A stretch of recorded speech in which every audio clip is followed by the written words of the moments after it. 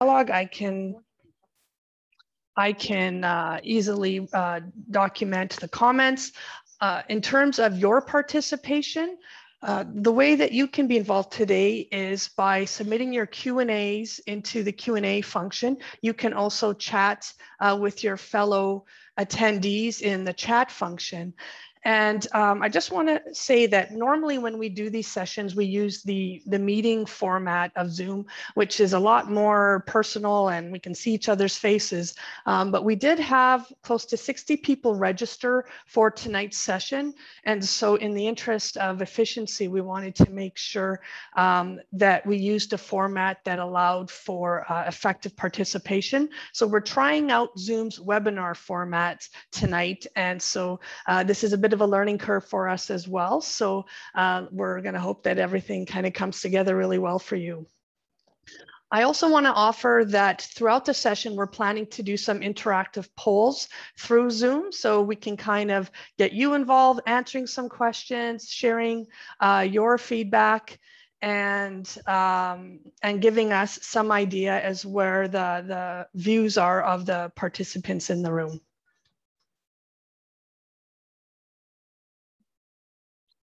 And so with that, we're going to try our first Zoom poll. So on your screen, you're going to see a question. It should pop up. And I just want to know what brought everyone out tonight. Which kind of best represents your interest in today's workshop? And so we have a few options. We want to know, do you kind of live or own a residential property in the area of this proposal? Do you own a business or a commercial property nearby? Are you a resident and don't live near the property, but are interested in this proposal? Or are you a business owner and your business owner may not be nearby, but you're interested in this proposal? Or did we not find your category, in which case you can select other? So we've heard from 17 out of the 27 who have participated or have signed in today so far. And I will just give you a few more seconds. And as you can see, the majority of people who are on the line so far are people who live in the neighborhood. This is not surprising. You're the ones that are going to be the most impacted by what's being proposed. And then we have one person who's a business owner and a few other residents in the area who are also interested. So I'm just going to end this poll and we'll just carry on with our presentation, although I'm not sure you guys could see the results. So I'll make sure that you have a chance to see them here. So as I mentioned, mostly we've got participation from people that live in the neighborhood. Okay.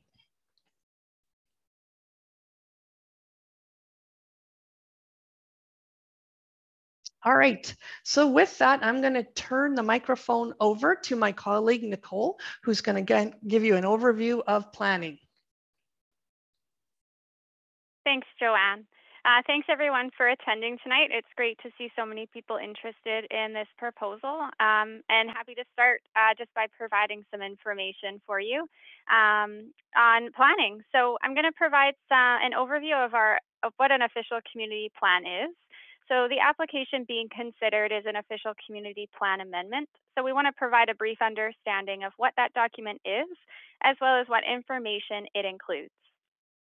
The city's current official community plan, which we often refer to as an OCP document, was adopted in August 2019. The OCP establishes a vision for Penticton's growth over the next 30 years and beyond.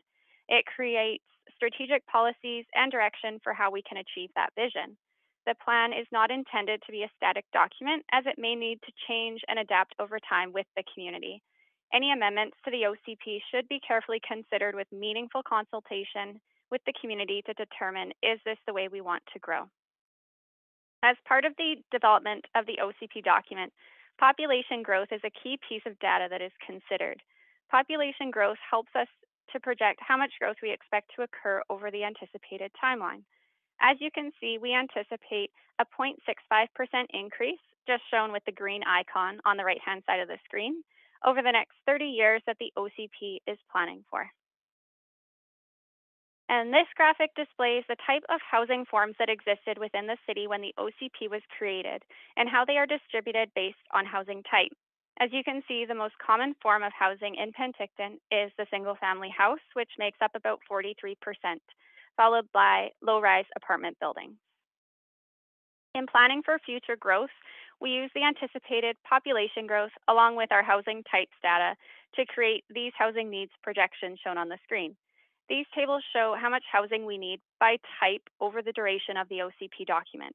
On the left-hand side of the screen, the housing types needed are shown over the 30-year timeline that the OCP looks for. You can see the existing inventory in orange and the projection of units needed in blue.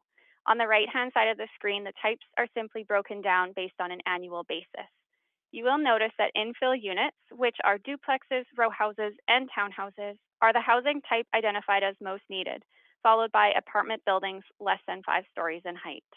All of the graphics that I've just shown in these slides are found within the city's official community plan that's available on our website if you're interested and want to look further at them. The city also has a housing needs assessment that was completed and is available online that's also used to inform these projections. This is a map showing the growth areas and infill areas as identified in the OCP. In our previous 2002 OCP document, it was expected that there would be more hillside development and development clustered around urban villages that had higher density. As discussed, our 2019 OCP looks to have more of those housing units identified through infill development, which is shown as blue on this map.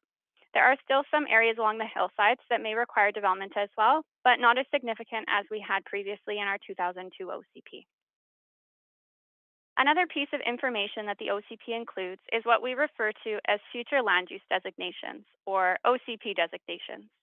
These designations provide direction on allocating land uses throughout the city and directing where growth should occur and in what forms and densities. You will see some of the designations in the OCP on the right-hand side of the screen. These are found within the OCP document and have more, which includes more details on what each designation means, what building types are supported, and also includes uses, densities, as well as heights. So I've been speaking primarily about future land use designations, but you've probably also heard of zoning and what zone your property might be. These are two different tools that planners use. The future land use designations guide growth over the long term. You can think of this as a what do we want to see in this area in the future, or what type of development is desired here. These are futuristic thinking, as we know the OCP is a visionary document thinking ahead in time. The zoning on a property reflects what can currently be built on the property. This is more specific as to what you can do and includes things such as setbacks, building types, and heights. An example of how the OCP designation and the zoning are different could be a property with a single-family dwelling existing. Perhaps this property is on a busy street near a commercial area with a grocery store, school, or other commercial uses nearby. It might be in a high amenity area, meaning it has lots of services and amenities located nearby. In this example, the OCP might envision a higher density here due to its ideal location and look for something such as an apartment building to be constructed over the longer term. To summarize, the OCP is a visionary document looking at how the city may grow. It considers population growth and where that growth should occur and how. The OCP considers what we want to see in the future throughout the city. The OCP designations are different than zoning, thinking towards the future, and not necessarily representing what exists on the property today. The plan is not intended to be a static document, as it may need to change and adapt with the community over time. However, OCP amendments to the OCP should be carefully considered with meaningful consultation with our community. Recently, Council endorsed the Community Engagement for OCP Amendments procedure, which outlines the minimum requirements that must be undertaken for public engagement when we consider any amendments to the OCP document. And that's the process that we're currently completing for the project on Timmins Street. Thank you for that overview, Nicole. I'm now going to put forward our next poll question. So hopefully you were paying attention, and we're hoping that perhaps Nicole's overview would help increase your understanding of some of the considerations that staff and council are looking at when they're reviewing proposals. So why don't you tell us, did this presentation help you improve your understanding of how the OCP guides development? And this is certainly material that we're looking to improve, so your feedback here will be helpful. So, okay, so we've heard from just about everybody. And I can tell you that the response is pretty split between yes and somewhat, and I'm going to share those results with you now.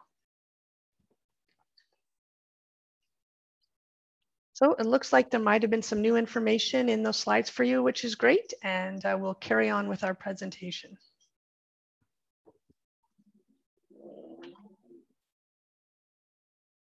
Okay, back to you, Nicole. Thanks, Joanne. So now I'm going to provide some specific information on the proposal that we're looking at today, which, as I'm sure most of you know already, is regarding 955 Timmins Street. The subject property is located at 955 Timmins Street, which is directly east of the Canadian Tire store and just south of Kings Park. The subject property has its primary access currently from Timmins Street and is currently used as an industrial property. It is a substantially sized property, being approximately 6.644 acres, or just over 289,000 square feet. The proposal being considered would introduce residential uses onto the subject property.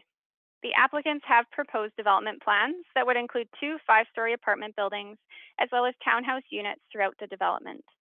In order to proceed, an official community plan amendment is required to change the future land use designation from industrial and urban residential to only urban residential. Future applications would also be required later in the process.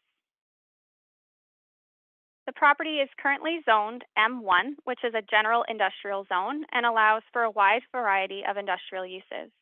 The future land use designation, which is the image on the right-hand side of the screen, which again is what we envision over the longer term for this location, is a mix of industrial as well as urban residential, which is at the southern end of the property. You will see that that small section of urban residential is at the southern end, and it actually directly abuts the Okanagan College property and a section of Timmins Street as well. The property has been the subject of previous development proposals. In 2018, the city also received a development application for residential development at the southern portion of the property. However, due to outstanding concerns identified by staff, the applications were later canceled in 2020. Some of the concerns that were identified included site contamination, as well as several zoning requirements that were not able to be met at the time, including parking, amenity space, and setbacks. The new applications for the property show that the applicant has made significant changes from the original proposal and addressed previous concerns. This includes receiving a release letter providing support from the Ministry of the Environment regarding site contamination. The applicants have also worked hard to meet all zoning requirements for the development and are not currently requesting any variances with their requests. Lastly, the proposal is now for residential development across the entire property and not just at the southern portion. As shown in the sketch on the right-hand side, the applicants would propose to phase the development over 2 lots. There are several required applications for the proposed development before building permit applications could be made. The current applications include the official community plan amendment and the zoning bylaw amendment. These will be considered by council following the public engagement. Should these bylaws be successful, the applicants would also require development permits for form and character prior to construction, as well as subdivision and phased strata applications. So we want to take a moment to go further over the OCP designations that exist on the property, since we're looking at changing these OCP designations, and discuss what that really means. So as previously mentioned, the OCP designations on the property are primarily industrial with a smaller area of urban residential, and these are the existing designations on the property. The industrial designation supports light and heavy industrial uses, including goods production, manufacturing, distribution, and storage. These uses are generally found within the industrial area of the city. However, there are several properties throughout the city that also are industrial. This designation supports many industrial uses, not just what currently exists on the property today. This could include uses such as large facilities like cannabis production facilities, manufacturing, towing compounds, vehicle body repair and paint shops, outdoor storage, and self-storage, among many other industrial uses. The other designation that exists on the southern portion of the property is urban residential. This is typically found in higher amenity areas where desired services and amenities are located nearby. This designation is primarily residential, but does provide limited opportunities for retail and service. Buildings that would be supported here include townhouses, low-rise and mid-rise apartments, or condominium buildings. In changing the future land use designation, this means that the applicants are proposing to remove the industrial designation on the property and have the entire property be available for urban residential development. This is the question that we are asking the community to consider. What do we want to see on this property over the longer term? And again, the OCP is envisioning 30 years or longer. We are currently completing community engagement for the proposal, which will run until August 29th. This will allow the public to learn about the proposal and share their feedback. Once the engagement period ends, staff will review the results and they will be summarized and shared back with council, the public, as well as the applicant. At this time, the applicant may wish to adjust or make changes to their proposal based on the feedback from the public. Should the applicant wish to proceed further, staff will bring a formal OCP and zoning amendment bylaw to council, which they may choose to proceed to public hearing for. The public hearing is a legislative requirement for the zoning and OCP bylaws and would be the next formal opportunity for the public to speak directly to council about their concerns or comments for the proposal. After this, future consideration of the bylaws may occur.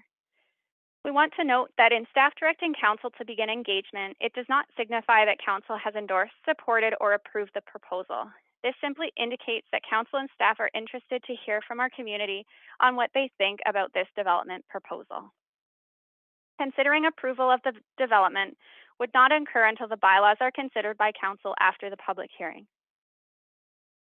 As mentioned, we are currently proceeding through the engagement period, and this slide shows a number of things we are doing to ensure that the public has the opportunity to learn about and provide feedback to staff about the proposal. This includes using our Shape Your City webpage as a platform to share information and collect feedback from residents. We've also installed signs on the property and mailed notices to nearby neighbors. We have also reached out to local stakeholder groups and are currently looking for their feedback. We've shared information about this application in a news release and advertised in newspaper ads. We also have feedback forms available for people to complete once they've read and learned about the proposal to share their thoughts, questions, concerns, and comments. And we also invite all members of the public to share the information with anyone that they feel has not received this information and invite them to also complete the feedback forms and learn about the proposal.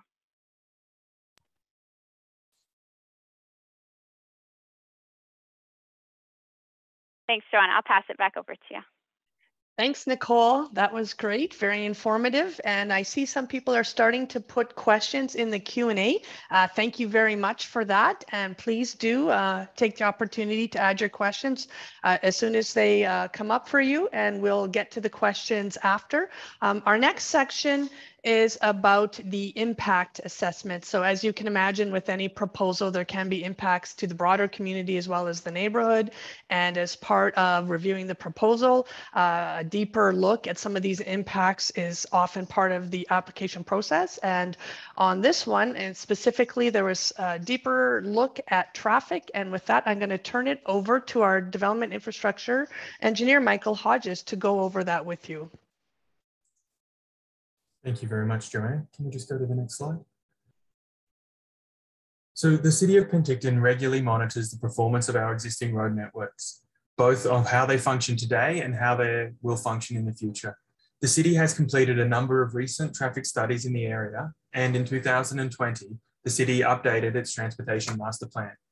In all of the reviews completed by the city, there have been no upgrades or changes to the road network warranted. Looking at the existing road network, the city has a really clear baseline on the functionality of the current road network. Can you go to the next slide, Joanne?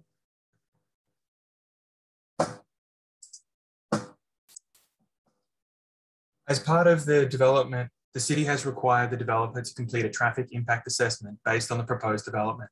The developer was required to determine the impact that the additional traffic will have on the functionality of the road network and the intersections. To do this, the developer's engineer determined the current traffic in the road network by counting the traffic, reviewing pre-existing traffic count data, and considering the impact of COVID-19. Based on this information, they reviewed the functionality of the current road network as it is today and as it will be in the future without the development. They then determined the additional traffic that will be generated by the proposed development and reanalyzed the functionality of the road network with the addition of the traffic from the development. The intention of the analysis is to identify the changes in functionality of the road network. Next slide, please.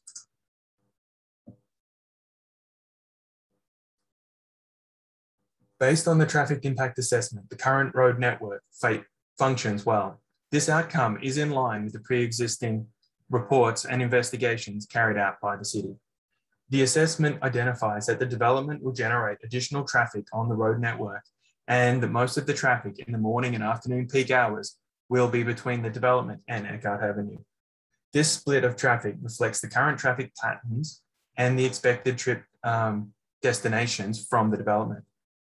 The assessment shows that the impact of the additional traffic on the road network during peak times does not negatively impact on the functionality of the intersections.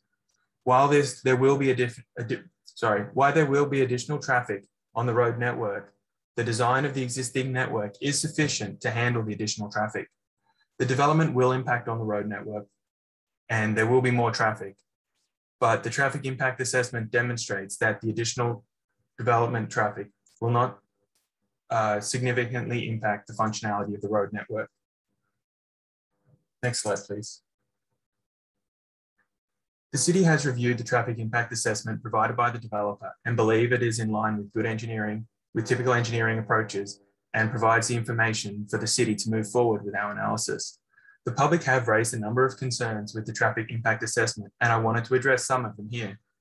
The traffic impact assessment identifies that most of the traffic will leave the development headed towards Eckhart Avenue, and very little traffic will head south during the morning and afternoon peaks.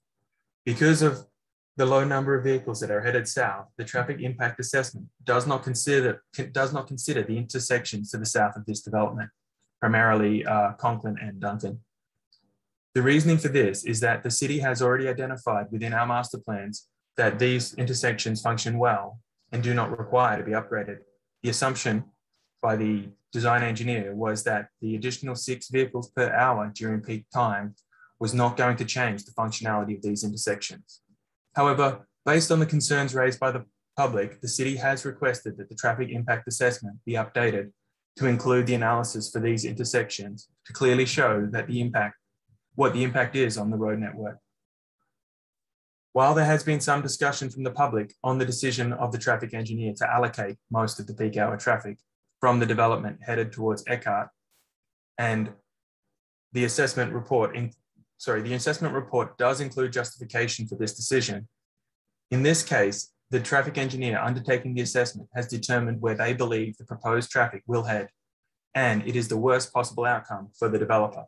By directing 95% of the proposed traffic in the same direction, this is the most likely situation that would cause the existing network to be overwhelmed. Splitting the traffic in other directions will typically and artificially reduce the impact of the design situation. The public has also asked questions as to why the proposed development does not access through Canadian Tire to Highway 97.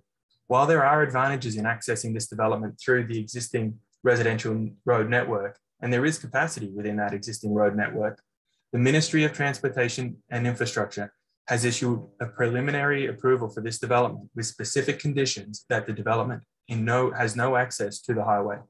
For this reason, the development will be accessed through Timmins Street rather than the highway. Thank you, Joanne. Great, thanks, Michael. So that concludes our presentation. So that was 27 minutes. Hopefully that wasn't too much of us talking for you. We can now get into our questions and answers. And I see that a few people have entered questions. I do want to let you know that you also have the opportunity to share your views and address the panel. And if you would like to address the panel, please go ahead and mention it in the chat room or by entering it in a question and answer, and we'll make it possible for you to unmute yourself and address the panel. Before we get started with the questions that are coming in through the question and answer forum, we were fortunate enough, we did have a few participants who submitted some questions in advance of tonight's session. And I think we'll address those first, and then we'll dive into the ones that are coming through on the Q&A function.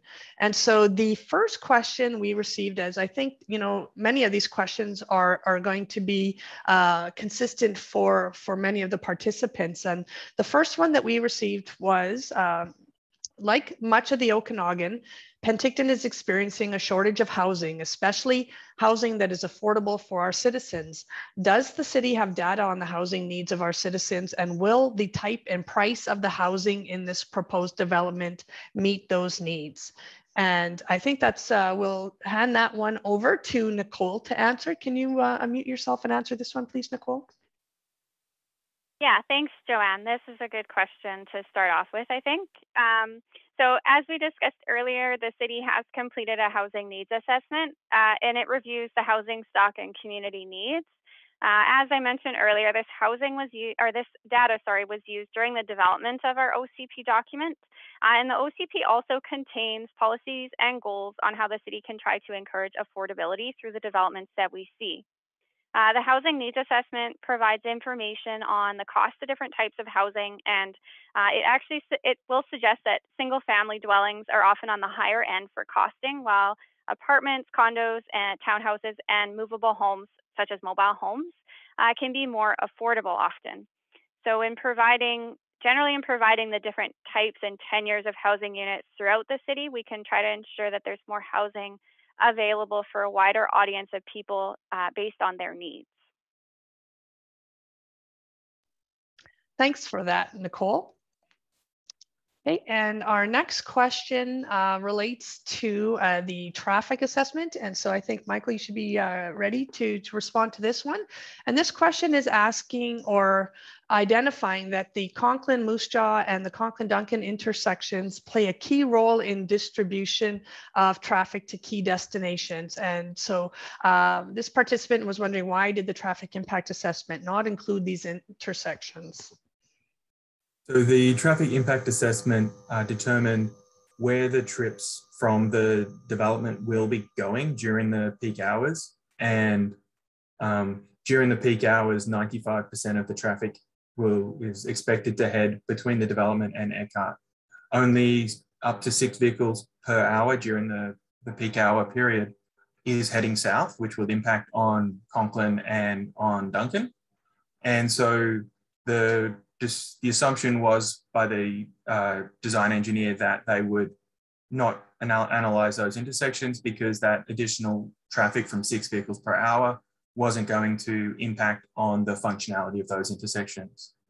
Subsequently, we have asked the traffic consultant to provide that information and carry out the assessments on those intersections. We just don't have those results yet. Great, thanks for that, Michael. Okay, and we have one more question that was submitted previously, and then we'll get to the questions on the Zoom call. And so the last question we received, and this also addresses, I think, a comment that Chandra made in the chat. This question is, can Radek and Canadian Tire build an access road and install the required traffic light at the junction of Fairway Avenue and Railway Street and direct traffic to Highway 97 rather than into an established subdivision? And I'm just going to pull up the picture here for Michael as he answers the question. And basically what this person's asking is, here's Fairway Avenue here, and here's what appears to be a road access next to the Canadian Tire. And they're wondering, could they not just put an intersection here? And with that, I'll hand it off to Michael to answer. So while the highway is within the City of Penticton, it is controlled by the Ministry of Transportation and Infrastructure.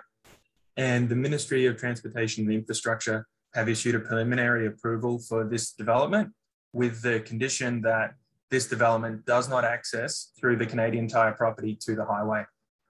It's a specific request from the ministry to not access to the highway. That said, we think there is some advantage to to ensuring that this new residential neighbourhood forms part of the existing residential neighbourhood, that they're not separate. The existing road network has been demonstrated by the traffic impact assessment that it has capacity within the existing road network to handle the additional residential traffic. And so, the ministry have ruled out the option of going to the highway, but the cities feel there is some significant advantages in connecting to the existing residential network. Okay, great. Thanks for that, Michael. Okay, so now we get to dive into the questions that we're seeing on the Q&A. As I mentioned, if you want to address the group and share your views, please just let me know in the chat and we'll put you in order.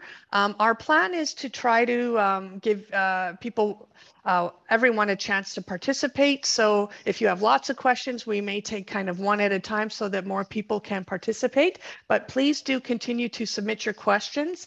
And with that, I'm going to dive into the question and answer tool on our Zoom call. And I'm going to ask that both Nicole and Michael unmute themselves because I think you guys are going to be doing a bit of talking. So the first one comes from Allie Burton. And Allie asks, is this information session considered a public hearing or no? And so great question about process. And I think Nicole flagged that earlier on, but it was good to kind of repeat how it all works. Go ahead, Nicole. Thanks, Allie. It's a good question. I do see that you have noted that you think it was answered in our presentation, which is also wonderful. So this is an information session. So we're here to help you learn about the proposal as well as the overall process so that you can make an informed decision when you complete the feedback forms. So this is not considered a public hearing.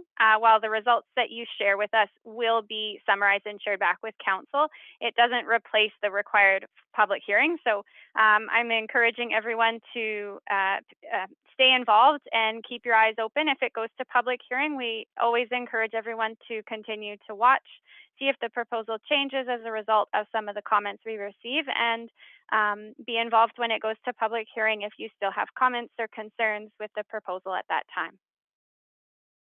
Great, thanks, Nicole. Okay, one down. The next one comes from Stuart Bish. Stuart wonders why this property is divided into 2 lots and why the entire property was not designated residential.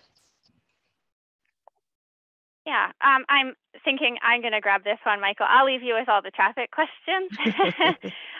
So the property right now, it is one parcel currently. So as part of the proposal, they're looking to divide it into 2. This is preliminary at this time. Should the OCP and the zoning be successful with council, which we don't know yet if it will be. We're still waiting to see how things happen at council and what they decide to do with the proposal. They're proposing to phase it over 2 lots. So they would eventually subdivide and go through a phase strata in order to phase the development over the entire property because it is a significant size. As mentioned, there's 2 5-story apartment buildings and it's a total of 81 townhouse units. So the property right now, like I mentioned, is one large one and they would divide it into 2. And the other half of the question, why the entire property is not designated that urban residential zone is, my understanding is the southern portion, when we looked at the OCP, was designated as urban residential to account for a possibility of having some housing located near our college because I understand that there is a need to provide student housing nearby for the college so that they have availability for students as well as staff that are attending the college campus. Hopefully that answers that question. I see Stuart's got a few, so please feel free to comment if I haven't answered that for you. Great, yeah. I'm just gonna. Yeah, go for it, Nicole. You can read his next one and then I will answer it if that works. Yes. That's okay. Yep, that sounds perfect. So Stuart's next question is there a time limit for the completion of phase 2? What if something delays or prevents the completion of phase 2? Are we left with an ugly, undeveloped lot? Yeah, another great question, Stuart. So the phasing of the development, we would look at when they apply for those applications. So at this time, we don't know what the timeline would be for it. That's something that we would look at with the developer when we get to that application. And that's certainly something that the city is watching for. You know, we have the same interest in mind. We don't want a large portion of it to be left like you say, ugly and undeveloped. So that's certainly something that we're looking at. when we get to those steps, but it is a ways away at this point in time. Great, thanks for that. Okay, our next question comes from Carol Morelli. This one is for Michael. Carol's wondering why Timmins and Scott was not included in the traffic, or was not included as the traffic down these streets is already horrific. So Timmins and the intersection for Timmins and Scott was included in the traffic report, and it was analysed to determine its functionality. So it was included within the traffic report. And then just as a reminder, the conclusions were that it was that the intersections function, you know, they function well. They function as they're expected. Okay, great. Okay, and I see Stuart has, I think, made more of a comment than a question there. And as I mentioned, if you would like to address the group and share your views, you can certainly do that. Just let me know in the chat function, and try and keep your questions in the question function. Okay, so our next question is coming from Lori Goldman, and Lori's questions are related to climate issues and whether or not the development is going to address things like water use. Are there plans for xeriscaping, a better tree canopy? What about adding kind of renewable energy options, solar, geothermal, green building through green roofs, passive construction? And I think you can see the list that she has there. And I think I'll ask Nicole to answer this one. Yeah, thanks, Joanne. I'm not sure if members of the public are they able to see the questions that we are looking at as panelists? I believe they can open the question and answer, and I did make it public, okay. So maybe someone can let us know in the chat. Okay, perfect, thanks. Yes, Lori says yes, people can see them. Thank you. Just want to make sure people can follow along, because you did have a few items in this question. So I'll just go through them kind of one at a time. So the water use concerns with xeriscaping. So with development permits, we require landscaping plans.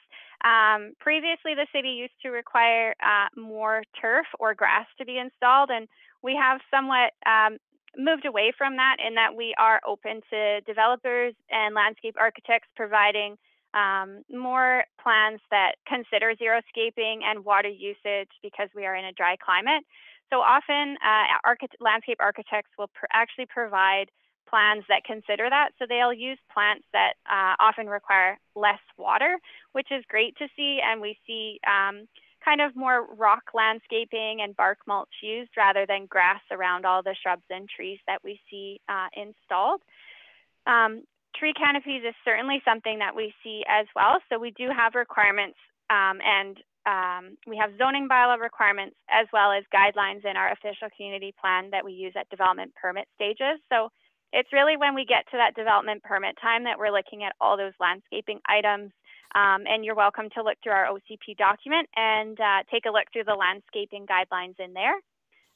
One of the items that we do require quite frequently now as kind of a baseline requirement is underground automatic irrigation that usually is triggered based on water sensors. So they only turn on if they're needed, which is fantastic technology for landscape areas to not use water if they don't need them. So that's becoming just a regular standard in the city now. And that's certainly something that we're looking at.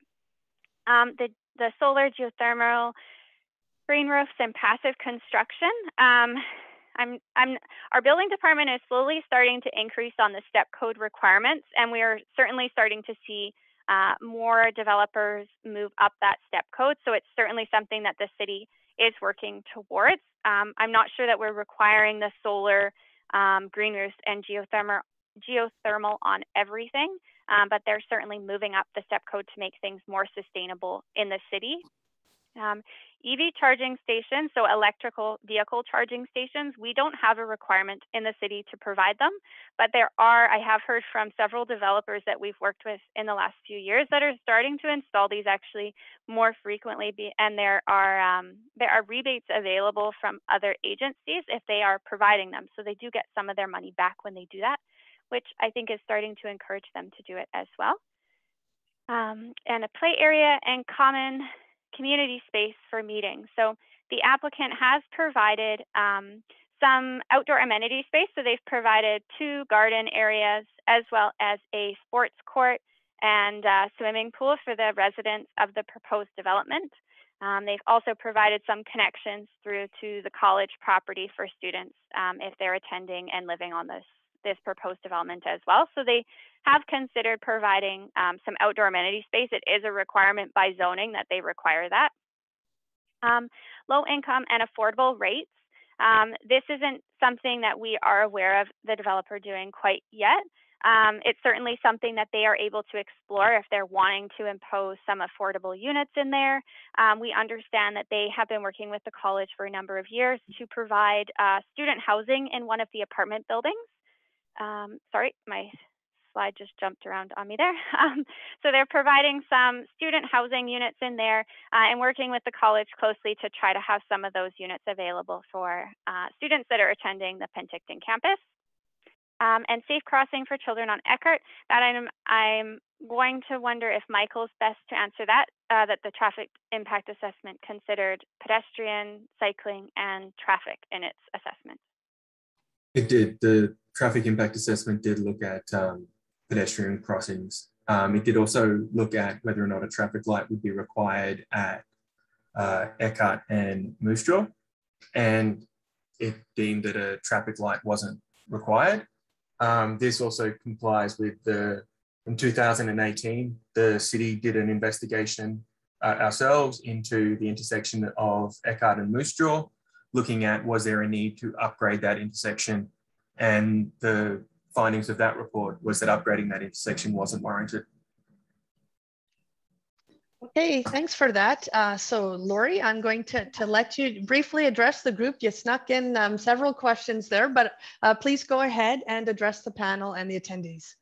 Thank you. I really do appreciate all of those great answers and all that information. It's really helpful.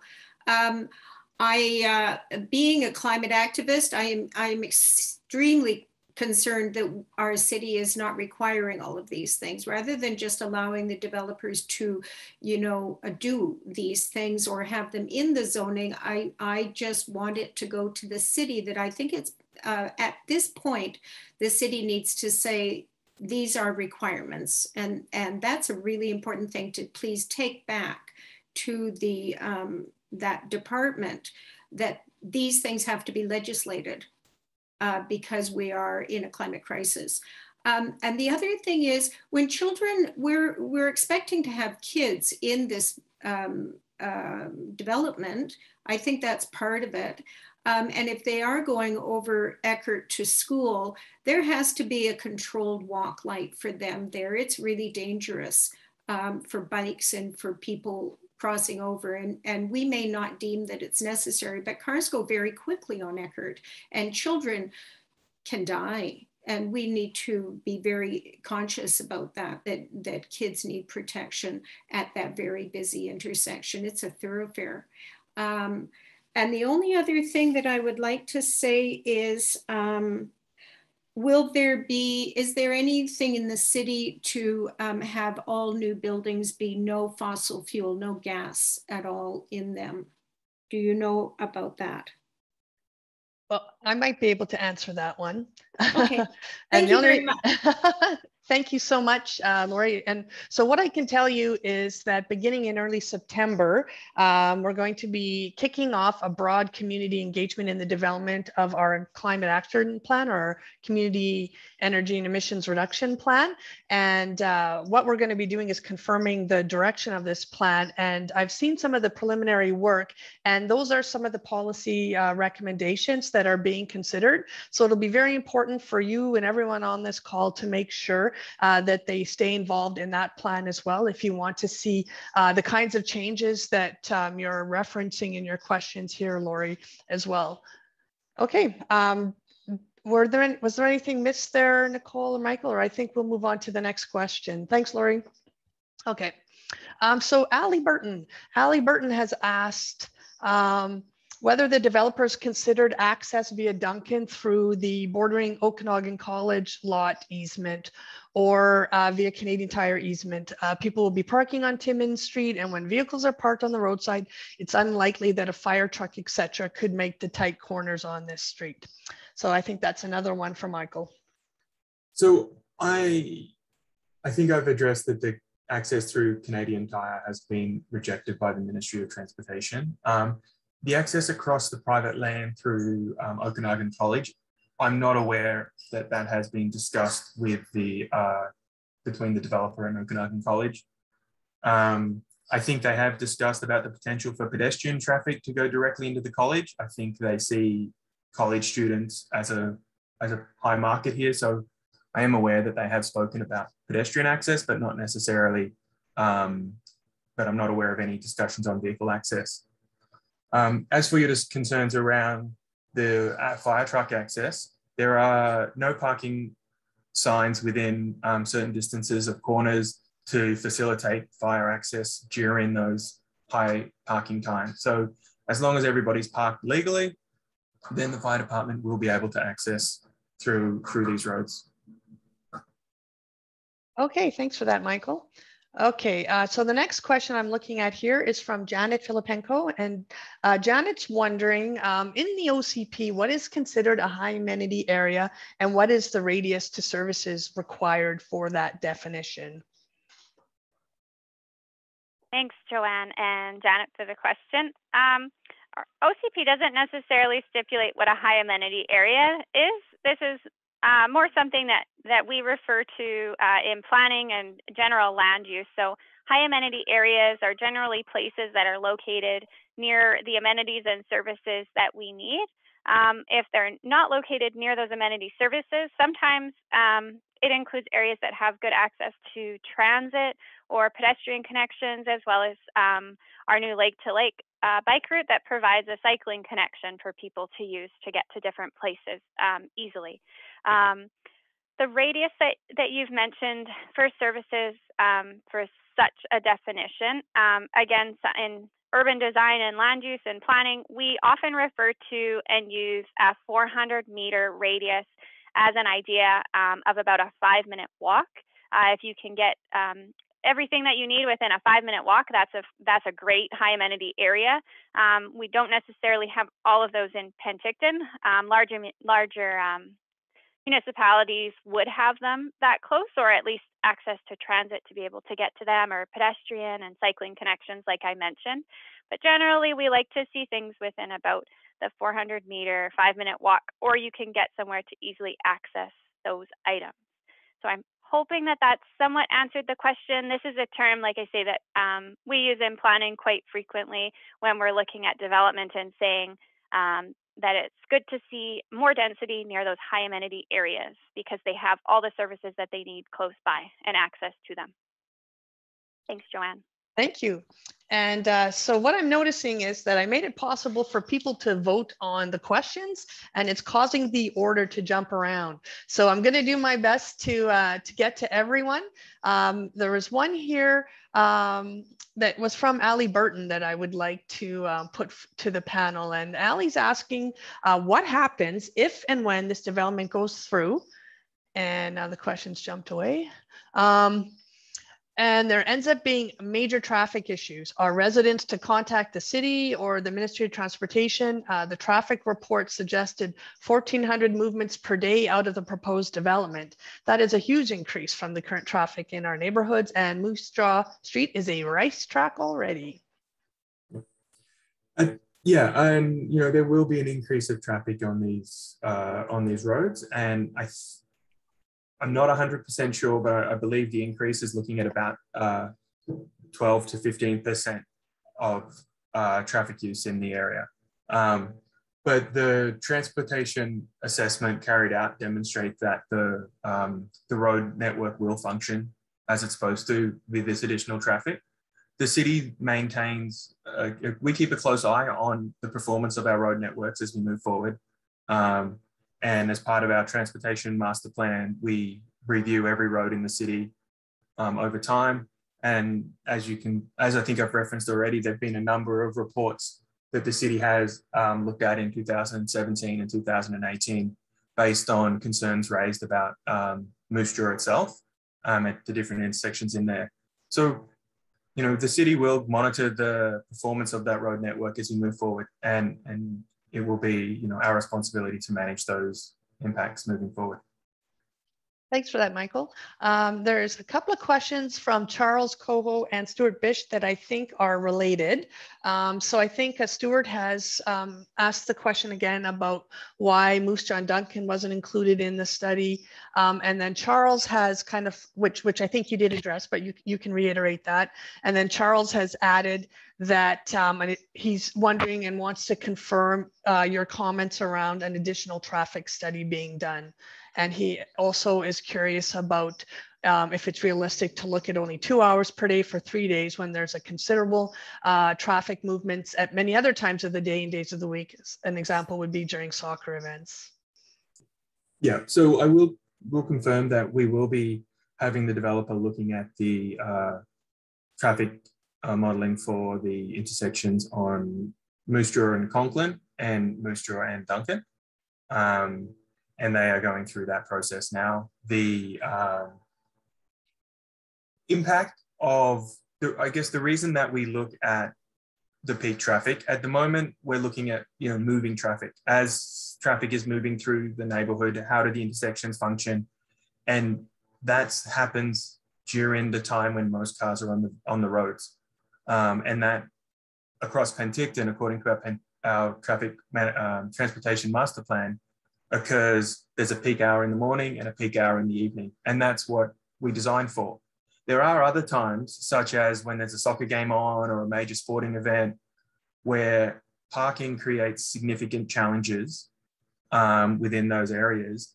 But again, they are, those events are about, conflict between parking and moving vehicles. And they usually don't involve large numbers of vehicles moving through intersections at the same time.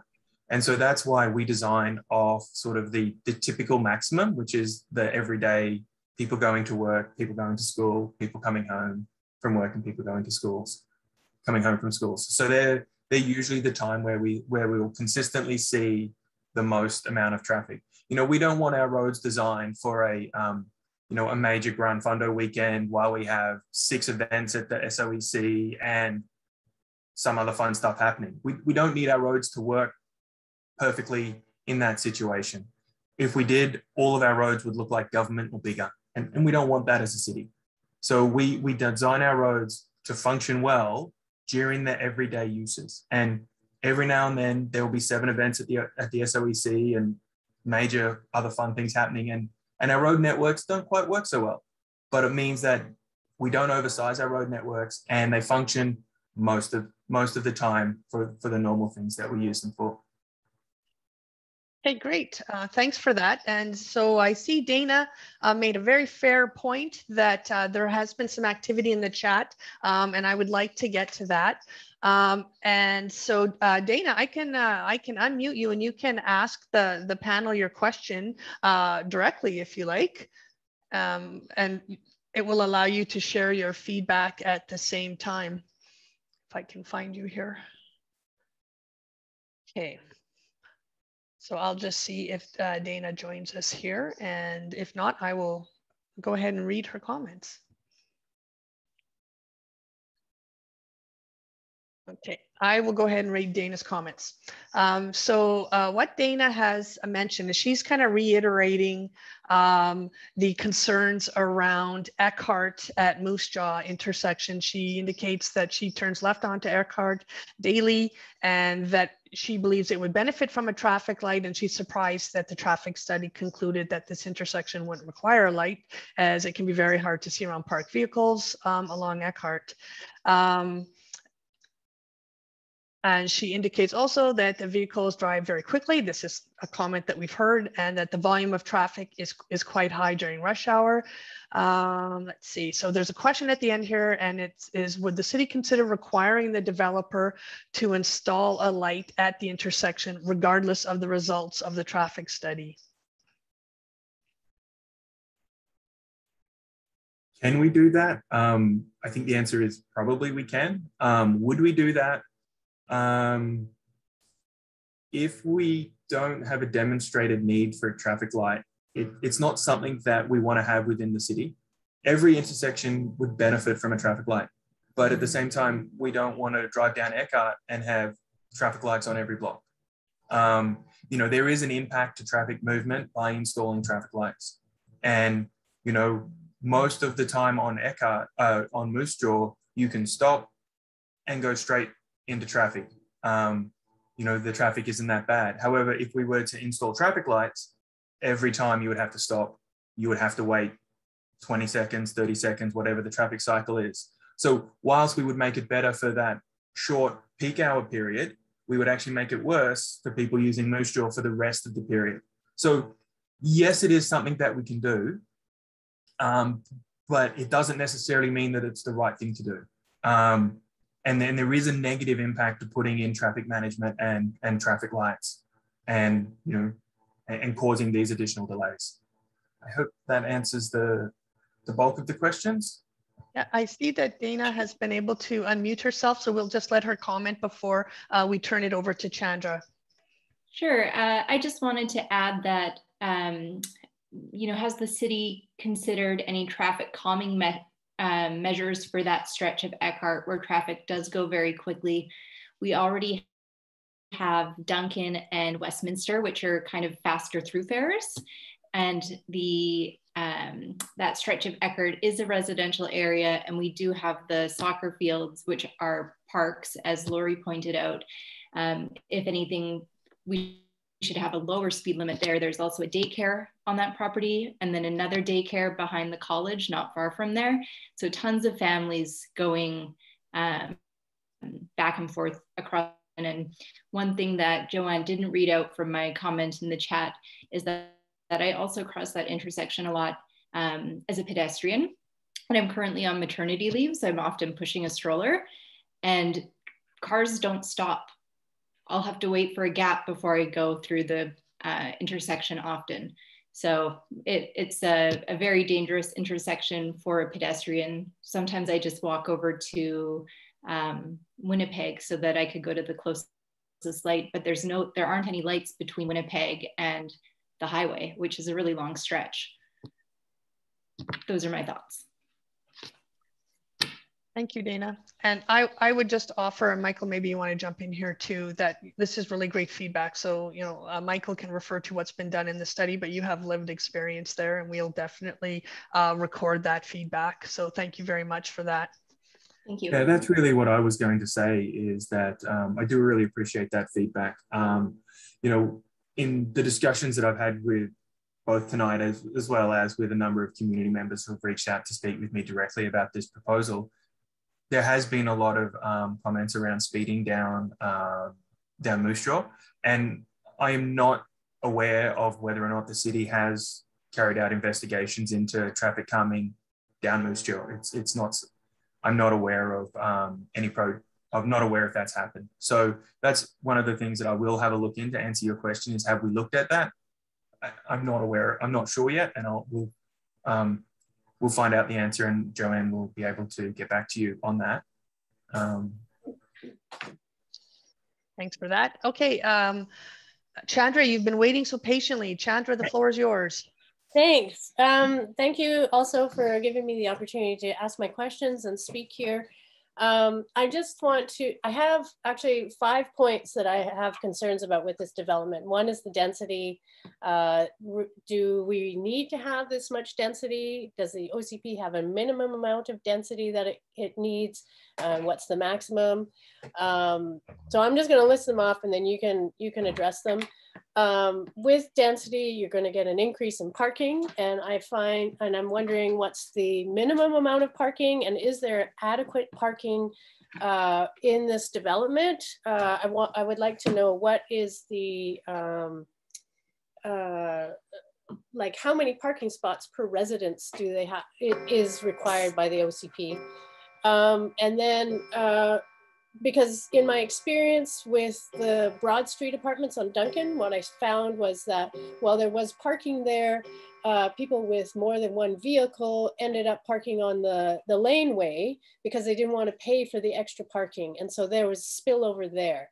And I can see spillover happening into Timmins, onto Moose Jaw, because we're seeing lots of that happen with the college. So there's another concern. With parking on the streets, then what happens is that you have really poor sight lines for crossing those roads. And I'm going to speak from my own experience, as Dana did, crossing at Eckert and Moose Jaw. During the school year, I would walk my kids to school, and there would be vehicles that would just whiz on through. They would not stop. I've crossed there by myself, and vehicles do not stop. There's not an adequate sight line because vehicles are parking too close to the crosswalk. And I really don't think that this has the and Michael, you speak about traffic management and how we need to, have traffic moving smoothly, but at the risk of having children hit by vehicles because they don't stop or because they don't see the children. I think that we have to decide what values are we going to hold at that location. I definitely agree with that, Chandra. The value of life trumps all. And so and this is like walking my kids to and from school on a regular basis. This is what I've seen. And then when you have the increase in traffic, like I have also observed at that location, traffic piles up with vehicles trying to turn left onto Eckert. So it would, be an idea to anticipate what these changes are going to bring. And I'm sure that with the technology that we have today, we can set it up so it doesn't interfere during non-peak hours, but it is helpful during peak hours. Okay, so I've talked about parking, I've talked about traffic, density, access. So when I read the traffic study and looked at it, they compared the road to Caribou Road. And I don't know if you've been down that road, but it's parking on both sides and there's barely enough room for two cars to pass each other on that roadway. It is also a well-used road for people children and their families who are going off to school. So again, the parking becomes an issue because the sight lines are very bad, particularly for children who are shorter than the vehicles. Yeah. And then I also think in terms of the OCP, I really think that I would like to see any of these develops, they match the historic character of Penticton. Okay, I work at the museum, so of course I'm going to bring up historic character, but I'm finding that we are not taking into account this, especially this particular neighborhood, Cherryland neighborhood. There are a lot of older houses. They have a certain character to them for the era that they were built. And this development doesn't even match that. It's just like, let's put a cardboard or a rectangular box on this property and we'll put a whole bunch more. And I think people are drawn to this community and Penticton because they like the character. And if we choose not to have those kind of character things brought in, then it's just going to become another, another town, another city. And I think that we need to maintain the character in order to make Penticton a special place, the special place that it is. Lastly, Lori reminded me there's no use of native species in any of the landscaping, and rocks are not landscaping. Rocks are just a pile of rocks. So I think there should be a better look at what native species are being used. Okay, I think I'm done. That's great, actually, no, Chandra. I have one more thing to say. So I remember, and you'll have to correct me if I'm wrong, Michael, you said that the traffic study indicated that there would be an additional 1,400 movements per day in the area. Is that what it indicated? Yes, it's about that. I can look up the exact number, but It's around. approximately, right? Okay, so we, as a community, did a study over a full day during a weekday, and we found numbers that would say that 1,400 movements per day would be 2 to 3 times more the current traffic that is already on the roads. And I really think that 2 to 3 times the increase in traffic in the area warrants having traffic light at Eckert and Moose Jaw. I'd have to look into what the traffic report says is the peak hour, is the total traffic in the existing network. I'm not exactly sure what that is. Okay, but yeah, well, it is definitely something that we will be looking into based on all the comments that have come out this evening. And I mean, I can share with you the information that we observed over that 1 day period, and we observed from 7 a.m. to 6 p.m. and there are peaks for sure, but you know, basically it's the same amount of traffic all the time on that road. You have traffic moving south, you have traffic moving north, and it is busy on that road. Thank you very much for that, Chandra. You've given us lots of material to document here, and we would, if you haven't already sent it on, we would very much welcome to receive a copy of the count information that you had. And yeah, I think there's some really good insights here, which was the intent of this session, right? Was to hear from the people that are living in the area. So thanks very much for that. And so I'm going to carry on with the list that is quickly taking on a life of its own, but I'm going to go right up to the top with Eric Moore, who has a really important question about whether or not, if this development is approved, will the hawthorn trees along that section of Timmins Street stay or be removed? And I'll turn that one over to Nicole. Yeah, this is a great question, and I'm really happy to see that people are paying attention to the trees. It's certainly something that is great infrastructure for the city to have for everyone. So we are aware that there is a significant number of mature trees that are along the boulevard strip in front of this property, between the private property and the city boulevard area. We are currently undergoing investigation to determine exact ownership of those trees. So some of the trees are going to be privately owned, which means that they're located on the property on Timmins Street. There's some of the trees that are going to be city owned, which means that they're located completely on the city right-of-way property. And we're also expecting a few trees to be what we call shared ownership, which means that they are actually split down the middle of the tree trunk. So they are co-owned by the city and the applicant or the property owner, whoever owns the property. So those are the trees that we're going to have to work with that property owner, which would be the same if there was a tree that was split between the city and your own property. It's considered co-ownership. So we have to work with those property owners to make sure that we agree in what's occurring with those trees. Any trees that are located on private property, the city does not have a tree cutting bylaw in place to protect trees from being cut down by property owners. However, any trees that are city owned do require the city's permission, because we are the property owner and we own those trees, in order for them to be removed. So my nice big long preamble for you is that we're very aware of the trees that are there and the significant benefit that they provide to that area. And the city is involved in a investigation and working with the property owner to look at those trees. And it will have to be considered as part of the development if they propose to remove any city trees. Nothing has been agreed to at this time, and it's definitely something that the city is working on. We're heavily involved with our parks department and our arborists as we look for those items. The applicant has had an arborist go out and assess the trees that are there and their current state and how healthy they are and whatnot. So I know a few neighbors had seen someone poking around a little bit before. We've had a surveyor go out. We're very interested in these trees and how healthy they are and whose they are before we move forward with anything. It's certainly something that I could see coming forward to the public as well as council, whatever the outcome ends up being with any city-owned trees.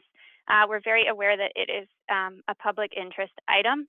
So we'll definitely communicate as part of our feedback to council if any trees are proposed to be removed and what happens if they are. And I'm saying if because, like I say, nothing has been agreed to yet between the city and the property owner at this time. But it's a great question. I'm glad someone asked about the trees.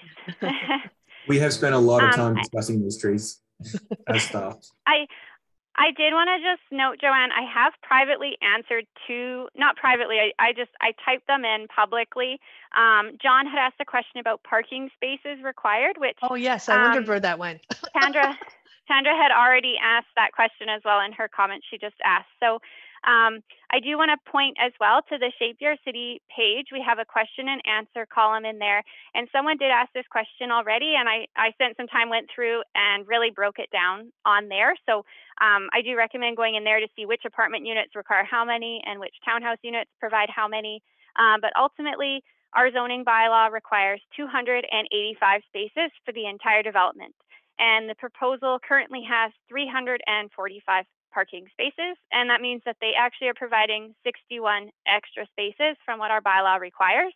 And our bylaw requirement, it's in our zoning bylaw, not our OCP. So the zoning bylaw provides all those specific details. It tells us how big the spaces have to be and all these details about where they're located to make sure that they're accessed properly. And it requires 1 parking space per unit plus a 0.25 for visitor. So every 4 units, we round up to require 1 visitor parking space. So I'm hoping that answers that question. And like I say, I have provided a little bit more information on Shape Your City. So please look on there and send a question and if I still haven't answered it. And the other question that I asked or answered in here was from Carol to do with the environmental study. So she asked, have they done an environmental study from previous business and existing business? Many chemicals have and are being used on the property. So this is a great question that has come up as well before. So the applicant has completed and submitted a report to the province. So the Ministry of Environment handles these items to do with site contamination. So the province has reviewed, and as I mentioned before, they have provided the city, and it's directly to the city, a release letter that provides support from the ministry regarding site contamination. This is a requirement that we get from the applicant as part of their OCP and zoning amendment applications. So we don't even take in the application until they have dealt with and provided those items. So they have worked on those things, and the Ministry of Environment has all the staff and capacity to be reviewing those things and making sure everything is done accordingly throughout the development. So that's a great question. All right, thanks, Nicole. So there's another question that's come up here from Corrine Velo, and it's also echoed by I think a couple others in the thread, and it's related to the timing of the traffic assessment and whether or not it's a reasonable reflection of what's happening in that neighborhood. Should it not have been conducted during school year months, for example? Do you have any thoughts on that, Michael? So the traffic counting was done on May the 18th in 2021, which is a Tuesday. And so it was done over a 3-day period, Tuesday, Wednesday, Thursday. My wife will be mad at me, but I'm pretty sure they're school days. I don't think there's sorry. I'm pretty sure my kids are at school during that time. If they're not, I do apologize, but I believe that the traffic count was done during the school time. So it should have captured the pedestrians going to and from school. The final part of that question was, did we look at reducing the traffic speed in front of Kings Park to 30 kilometers an hour? Again, that's not something we looked at as part of the traffic impact assessment. However, it is something that I am going to take away to have a look to see if we have looked at any traffic calming measures along Moose Jaw. Okay. And I know there were some more comments in there, Corrine, that we can record and share as well regarding similar concerns about Eckhart and as well at Duncan. Okay, let's see where we're at. I do want to flag that we had allowed until 8:30, but I'm pretty sure staff are more than happy to carry on. There's a lot of great discussion here. And so just thank you for staying on, and we'll stay on till hopefully 9 and see if we can answer your questions. Okay, so let's move on here. I think so. We have one from Stuart, and then I'm going to scoot down to Dennis O'Gorman, who submitted a question a long time ago, and make sure he has an opportunity to hear from staff. So Stuart's the next question, and he's indicated, I think this is still related to the access from that Canadian Tire Road into the property, and is there his indication is that Highways has issued a preliminary assessment that rejects the access. And if it's preliminary, is there not an opportunity to negotiate this decision? And if housing is so badly needed, the Department of Highways would surely consider an exception. And so his hope is that the city doesn't just roll over and give up.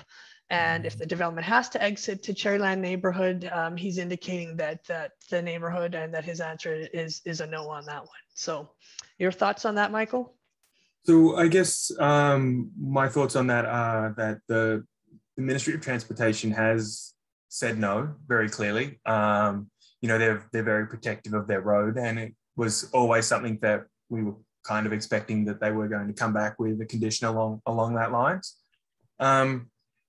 The city also believe that there is benefit in accessing this development through the existing residential neighborhood. You know, we don't want to make a totally separate residential neighborhood next to an existing residential neighborhood. And so, you know, based on the information that we have, you know, the road network within that residential area has capacity to deal with the additional traffic from the development, and you know, bringing those communities together, and rather than making this separate to the existing neighborhood, by combining it with the neighborhood, we increase and can get some benefit for that neighborhood. So I guess the answer is the city doesn't see a lot of reason to push back on the ministry's request. But we can definitely record this feedback for council to consider. Yeah, there has been a lot of concern raised by the community, and you know, and that was not something that I was genuinely expecting. So it is something that we will take away and you know and look at in further detail for sure. Okay. Okay, so our next question is coming from Dennis O'Gorman, and Dennis asks, there will be significantly increased traffic to the immediate neighborhood streets from this development. Isn't the access going to be via Scott Street rather than Timmins? And you might have answered this, but the access will be, there'll be phase one will be accessed at the bottom, at the south end of this development. So it actually accesses probably a third of the way down Timmins. And phase two, which is the bulk part of the development, will have an entrance in the intersection of Timmins and Scott. And so there will be additional traffic on the northern third of Timmins from phase one. But once the full development is completed, the primary access will be from the intersection of Scott and Timmins. So people will leave from Scott and head straight through to Moose Jaw. Okay. All right, and another old question, and Michael, with your technical knowledge, you'll be able to better understand if you've already answered this, but so Carol Morelli asked this one earlier this evening, and she has indicated that Highways has given the city permission to come from the west side, meaning a light. And so I'm just curious if that's in response to some things that you might have said earlier. No, Highway has specifically provided approval based on the requirement that we don't access from the west. Okay. Okay, perfect. Okay. Joanne, the preliminary letter that we had put on the slide a few minutes ago, it is available on our Shape Your City webpage as well. We've been given approval to share that document with the public. So if you'd like to look at the conditions that they've provided to us, you're certainly welcome to take a peek and look at it more in more detail from the Shape Your City page. Okay, and just some further clarification in regarding to school being in session in the chat. Some people clarified that what may have been intended was when the college is in session, and would that not make for a more appropriate time for the traffic counts? And the college wasn't in session in May. They stop a little bit early, don't they? Yeah. Well, and I think that this is something that we just need to take offline, and we can respond once we kind of confirm and clarify. So, yeah. Okay. So moving back to our list. So Nancy Telford has asked, she said that many students choose the college because they save money by living with their parents. What data do you have to support the assertion that students would want and be able to afford new market priced apartments? And that's a Nicole question. That's a me question. Thanks, Nancy. That's good, because I don't have a good. So the applicant for the proposal, they have been working for a number of years with the college for this application. I believe that they were in touch in 2018 when the previous proposal came through. So the college is certainly interested to have these units available. Whether we have specific data to 100% support the fact that students, as you've said it there, would want and be able to afford new market priced apartments, I'm not sure that we would have data to 100% support that statement, but that would be a question that we would maybe pose back to the college. And as mentioned earlier, part of the engagement, we're looking for involvement from our key stakeholders, which we've identified the college as one of those groups. So we are looking to facilitate feedback directly from the college, and that's certainly something that I can take note of and pass back to the contact that we're dealing with at the college and see. I would imagine they can more directly answer that question because they have a better idea of their students, what times of the year that they're here for. You know, do they have certain programs that only run for certain durations, and whether they do stay with parents, if they're doing, you know, room rentals, and what they're looking for and able to afford. So we can certainly take that question and pass it to our contact at the college and see if they can come back with an answer when we get feedback from them. So that's a great question. Thank you. Okay, and our next one is from Charles, and Charles is talking about infrastructure. And his question is, does the city currently have adequate water, sewer, and electrical supplies to satisfy these additional units? Yes, currently we haven't sufficient water, sewer, and electrical in the area. There may be some requirements to upgrade some of the electrical infrastructure, but any upgrades would be at the developer's cost, and I'm not 100% sure exactly how much of that electrical infrastructure would need to be upgraded. But it is something that the developer would have to bear 100% of the cost for. But the water and sewer infrastructure and the storm infrastructure, we have capacity. Great, thank you. All right, and so Carol has kind of reiterated her concerns about, and others' concerns about, how tight everything is in the area, and that the assertion that the area cannot handle more traffic when soccer's in full swing. And so that, you know, that's feedback that we'll definitely, you know, consider and document for council as well. I don't know if you have a comment on that. I think it's really just an observation, a comment for us. Yeah. Yeah, we'll take it as feedback and look at it. And so Lori Goldman has asked about whether or not there could be road bumps on Moose Jaw to calm traffic, or a roundabout at those intersections. So this again kind of refers to, you know, if this were to move forward, how would we make adjustments if problems were identified? So yeah, it's definitely, we have opportunities to carry out traffic calming within those areas. What traffic calming that is something that we would take away and have to look at in more detail. But you know, the comments about speeding down Moose Jaw is definitely something that you know, has clearly been highlighted this evening, and something that we're going to have to take away. Yep. Great, thank you. Okay, so Janet has an interesting question. So Janet's curious, if the city rejects this application and Radix sells the lot, the industrial zone could potentially include a buyer that uses the property for heavy, loud, smelly industries. Is this correct, or are there bylaws that would restrict certain industries? Good question. Yeah. So we mentioned some of this in our OCP designation slides. So the current zoning on the property, as well as the OCP, they support industrial here. So the current industrial use, I understand they, they have outdoor storage for some of their construction materials outside, but it's relatively, I want to say, a quiet industrial use compared to some of the other ones. So the current zoning on the property, it allows for a wide variety of general industrial uses that exist within that M1 zone. So some of those uses include, which I've mentioned before, some of the larger ones, the cannabis production facility. We've got garden centers, general industrial uses that could include a wide variety, probably the majority of uses that exist in our industrial area today. The majority of our industrial area is actually zoned this M1 zone. So any of those uses over in our industrial area could be permitted on the current zoning in this property. The exception generally is a concrete mixing plant. It would have to rezone, but our OCP right now supports that use going in there. The foundry, a heavy industrial use, and a wrecking yard.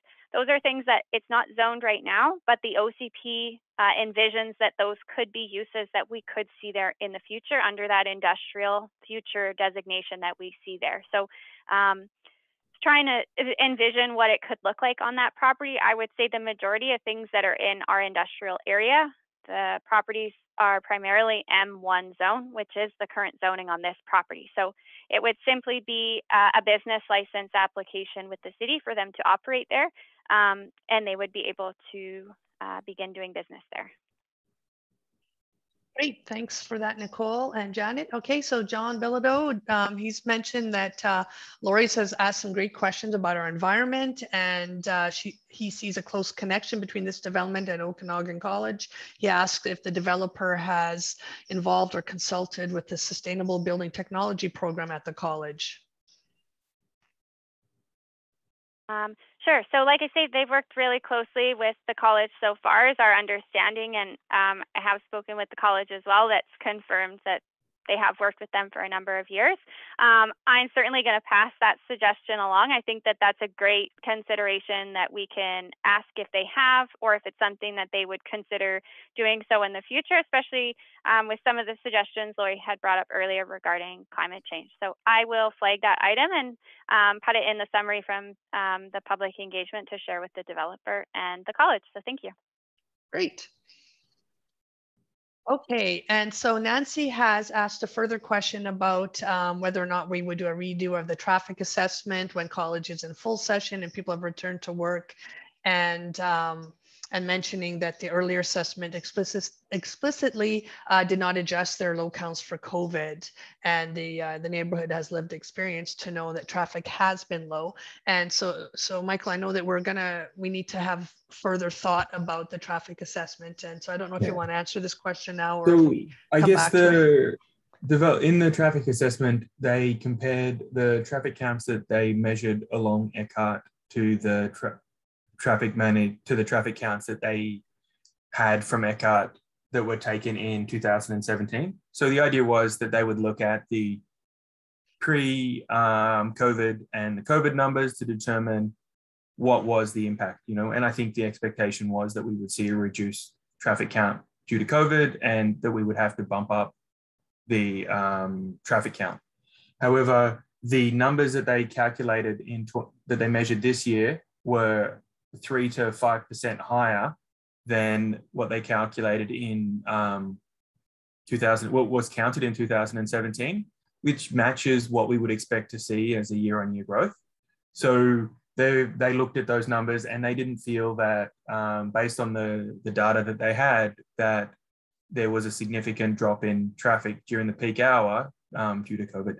So that's why they didn't adjust those numbers. So they checked them first. As for whether or not we would look at redoing the traffic count as part of this, that's something that we'd have to take offline and look into further. Okay. All right, and so we've got two questions related to sidewalks. So the first one is from James Brown on where would the sidewalks be on Timmins, and he didn't recall seeing sidewalks at this location. And Stuart has also asked on how wide Timmins is, and are there plans to put a sidewalk on the other side of Timmins, and will it be widened? No, there's no plans to widen Timmins at this stage. Timmins was recently rebuilt by the city as part of a stormwater project. I want to say 2 years ago. I'd be guessing a little bit on the time, but I think it was 2 years ago. Timmins Street has a sidewalk on the west side, so the side that this development is on. And so there is a sidewalk down Timmins, and there wouldn't be an expectation to put a sidewalk on the east side, which is the side with all the existing residents. Okay, great. Okay, let's see. So that takes care of two questions. All right, we're at 20 questions. Will the proposed rental units be suitable and affordable for students? What has Okanagan College suggested on this topic? And I know we've talked about these rentals, but I'm not sure if you kind of specified what they were looking at directionally. Yeah, thanks, Joanna, and I think it's Dennis for the question. So we're still somewhat at a high level for the application at this time. So should the application move forward, it's possible that the college and the applicant would be looking at what that would look like. It's also possible whether council wanted to impose any requirements for affordability for market or non-market. It can be done at the rezoning stage. At this time, we haven't considered that yet. But I would recommend and suggest that the Okanagan College, they've iterated that they're working very closely with the applicant to try to provide, and they have a desire to have some of those units there. So I'm imagining they have an interest for them to be suitable as well as affordable, so that people can actually, like you say, afford the units when they're there. It doesn't help if they provide them and they can't afford to live in them. So certainly something to consider. Like I say, we'll definitely share and pass along those comments. I think that they're great to bring up. Yes, thanks for that, Dennis, and thanks, Nicole. Okay, our next three questions are related to traffic along Moose Jaw. Stuart has referenced the traffic count that the community has done, and I think Chandra is going to send on some notes from that, and that'll be considered as part of recommendations and discussion around what to do next in terms of the traffic impact assessment. And then Doug Hill has a couple of questions, and again, I think this was also brought up a bit by Lori, but have we considered traffic calming measures on Moose Jaw, and how will the city enforce traffic rules speeding, for example, on Moose Jaw? So as I've mentioned earlier, the traffic calming along Moose Jaw is something that we will have to look into. As for the traffic rules, specifically speeding along Moose Jaw, that is something that the RCMP is able to enforce. The city, our bylaw officers aren't able to enforce speeding. So we sort of have limited control in that matter. But you know, what we can do is look at traffic calming and making it unpleasant for people to speed down those roads, whether by putting in narrowing or roundabouts or other, you know, traffic calming tools to discourage that speeding. You know, Moose Jaw is a straight, long road. That's the worst thing for speeding. It's easy. And so if we have, through design changes or construction, we have an ability to make it more difficult or less desirable to speed. That is something that the city will have to look at. Perfect, thank you. And an easy one from Doug at the top here for Nicole. Is this proposal for rental units, or is this complex a strata condo complex? Yeah, good question. So the majority, our understanding from the applicant at this time is the majority of the development is going to be strata. So the townhouse units and the second apartment building, which is the northern one located farther from the college, will be strata. So that means that they could be privately owned by individual property owners. The second apartment building closer to the college, they're also planning to stratify the building, but they are planning to retain and possibly do some rentals in there, which includes the students at the Okanagan College. So they will all be stratified, but the applicant did have and mentioned an intention to rent some of those units in the second apartment building. Great, thanks for that. And then, so I see, Lori, this is an older comment related to options for a controlled crosswalk, which was feedback that we've heard and will record. David Cassidy is curious if we would consider roundabouts instead of lights at key intersections. Yes, yes, we will. I love roundabouts. No, yes with a no. Roundabouts are great. The problem with retrofitting roundabouts in existing suburbs is, unless I take people's houses, it's really tricky. The footprint of a roundabout to function properly and get all of the advantages of a roundabout, it's quite large, and we don't, and the impact of that is we need the corners of everybody's property. So there are significant challenges around that. Love the idea, definitely want to do it, but it's got to be done right, and it is quite tricky to do in many retrofit situations. Okay, thanks for that. And so Corrine is asking if this recorded session will be provided to City Council. We'll definitely publish it on Shape Your City, and it will definitely be available to Council. And I'll be producing a Q&A from it. And I know staff are preparing notes and conclusions and insights from it. So it will be available to them and as well as to the general public. Okay, let's see. Okay, so Lori, let me see, where are we at here? Okay, just want to make sure I'm not ignoring people who ask questions at like 7:02. Okay, so Lori is asking, there will be people going down Scott to Fairview, so roundabout or bumps. And so I think that's just further to the discussion that you just had on that, Michael. So just looking at options for traffic calming. So this is a new topic coming from Carol Morelli, and it's something that we also heard at the drop-in session at the market, Nicole. And so there's been concerns expressed about care for the trees today. Do you have any updates on that? Yes, we did have this item brought forward. One of the residents on Timmins Street had brought this forward. So the city trees, they do have underground irrigation there, which again, one of the residents that came in had contacted me in advance, had mentioned that she'd noticed the trees were not being watered. We brought that up right away with our parks department. And I have heard back from the resident that brought it to my attention that they have turned on the water again. The watering, I believe, is monitored through our parks department. So I can't comment exactly why it was turned off, if it in fact was, but we have turned the water back on, and the parks department, they've been attending the property a few times recently just because we've got a few things for them to be looking at with those trees there right now, but they are monitoring them. So I do appreciate that comment coming forward. And if you notice that it does turn off again, please feel free to let us know in case there is some issues with the irrigation lines. It's definitely important for them to be getting water. So thank you. Great. I think your answer applies to Charles Coho's question as well. Okay. Let's see, how are we doing here? Okay, so Chandra has a question, and this relates to her earlier comments about how the character of Timmins Street, and how so much of the character is related to the trees, and how is the developer going to maintain the character of this street?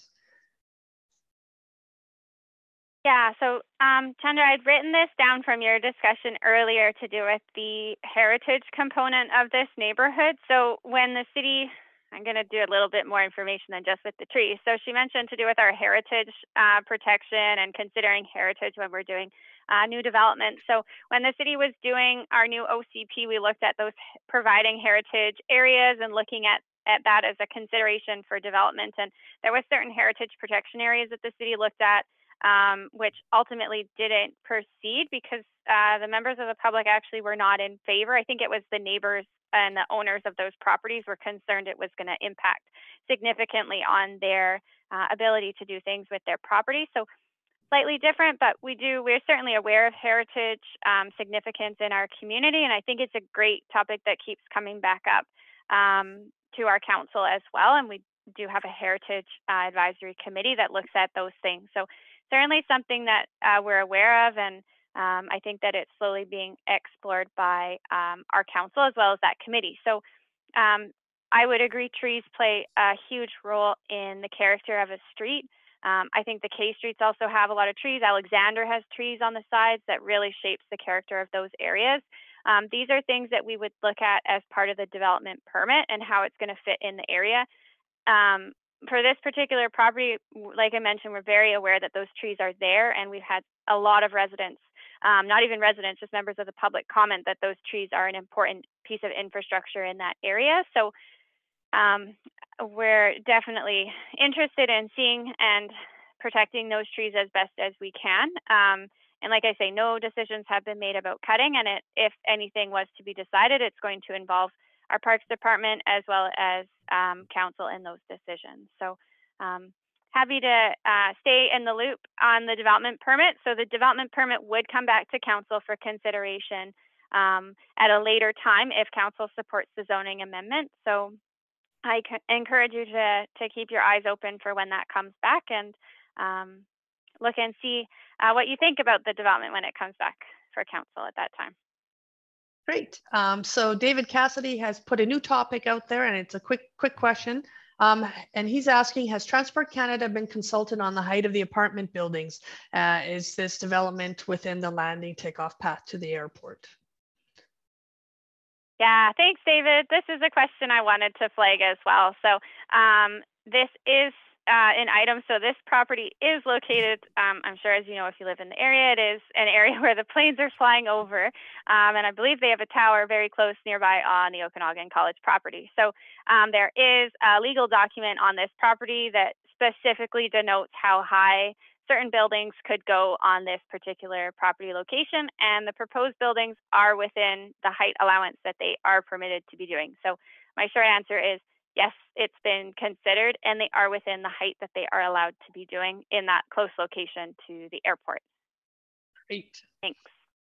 Okay, so Doug Hill's providing some more comments on any future traffic assessments and needing to include early morning traffic. So we'll take that away in our consideration of the traffic assessment.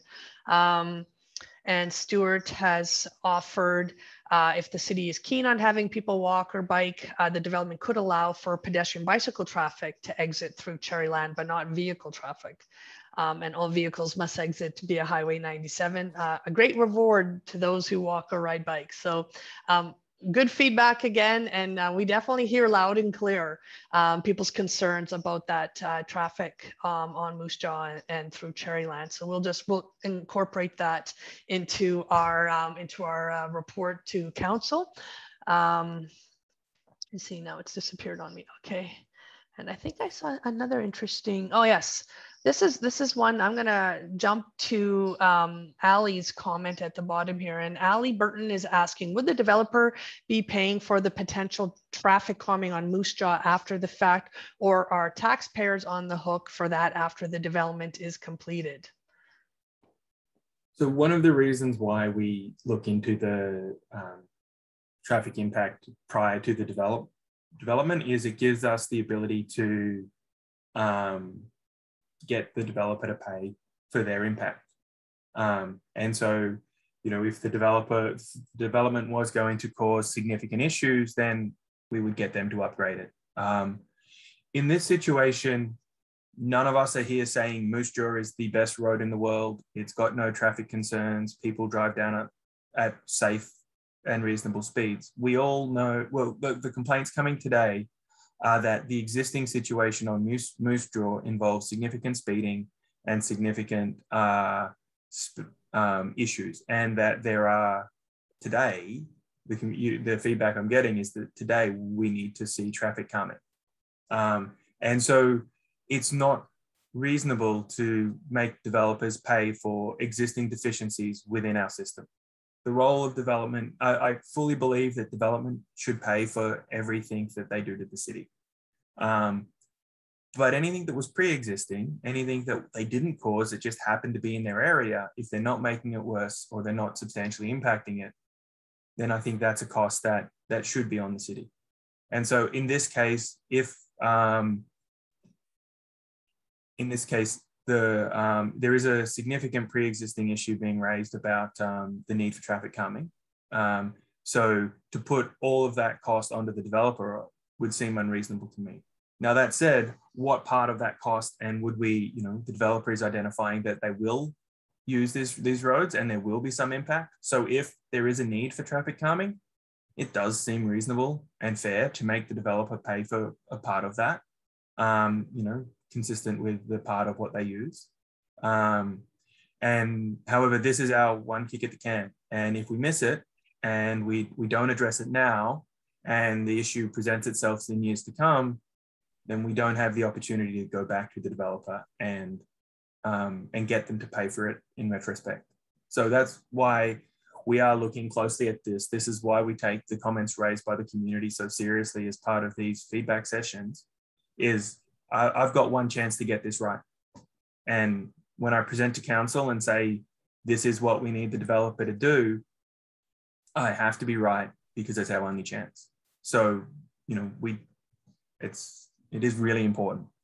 And I do really appreciate the feedback that is coming here.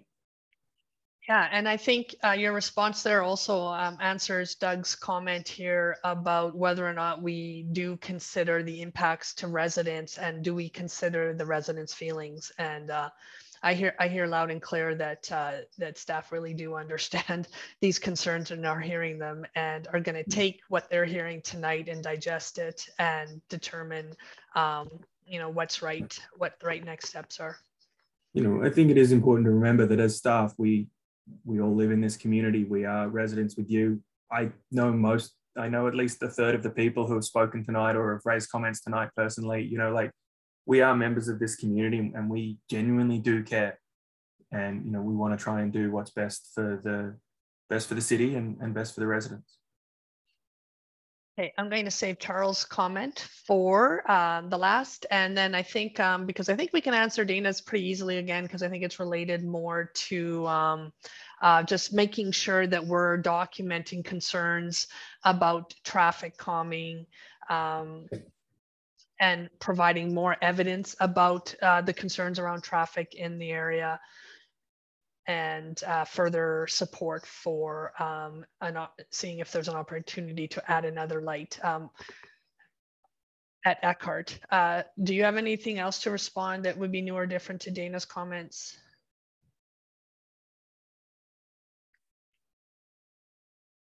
No, I guess not at this point.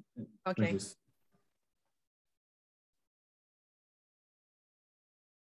Okay, and Chandra's provided us an additional comment about other activities that are happening in the area that are changing the landscape in that community, including the 2 daycares in the community at the college and soccer field. So definitely good feedback that we can incorporate into our process. So thanks for that, Chandra.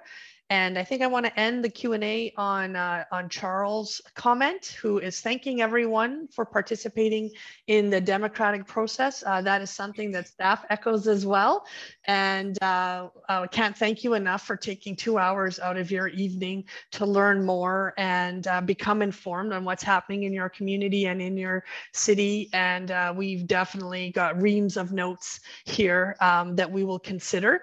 And I think you also know about the opportunity to complete a formal feedback form on our Shape Your City website if you haven't done it already. And please do make sure you register on the Shape Your City Penticton website, because you will get direct emails from me. They come from me, and telling you when those Q&As are published and when there's new information, such as when if there's a revisiting of the traffic impact assessment. It's all going to be on there, and we'll let you know when it's going to council and what the next steps are in the process.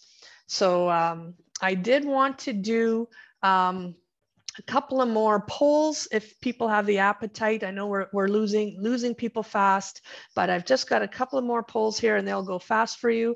So our next poll is, so based on everything you've heard, so you've discussed this for the last 2 hours, do you agree that the land use on this property should change to allow for residential development?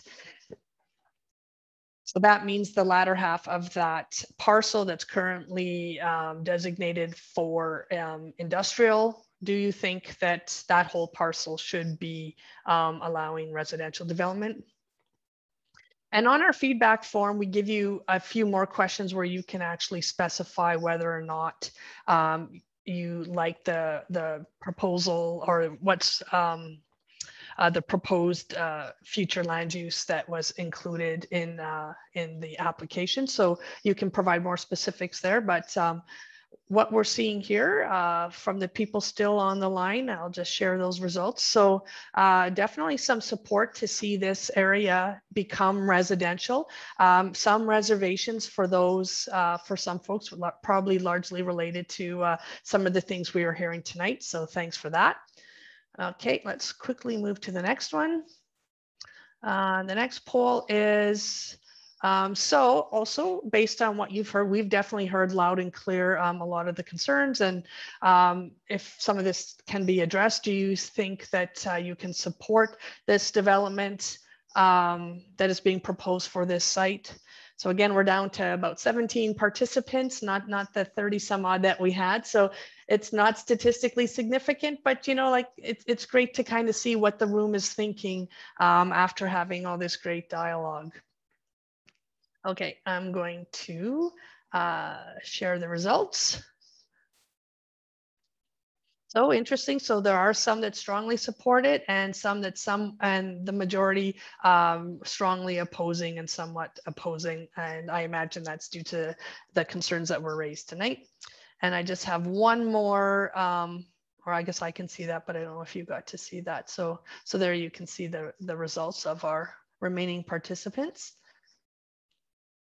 And then our final question is,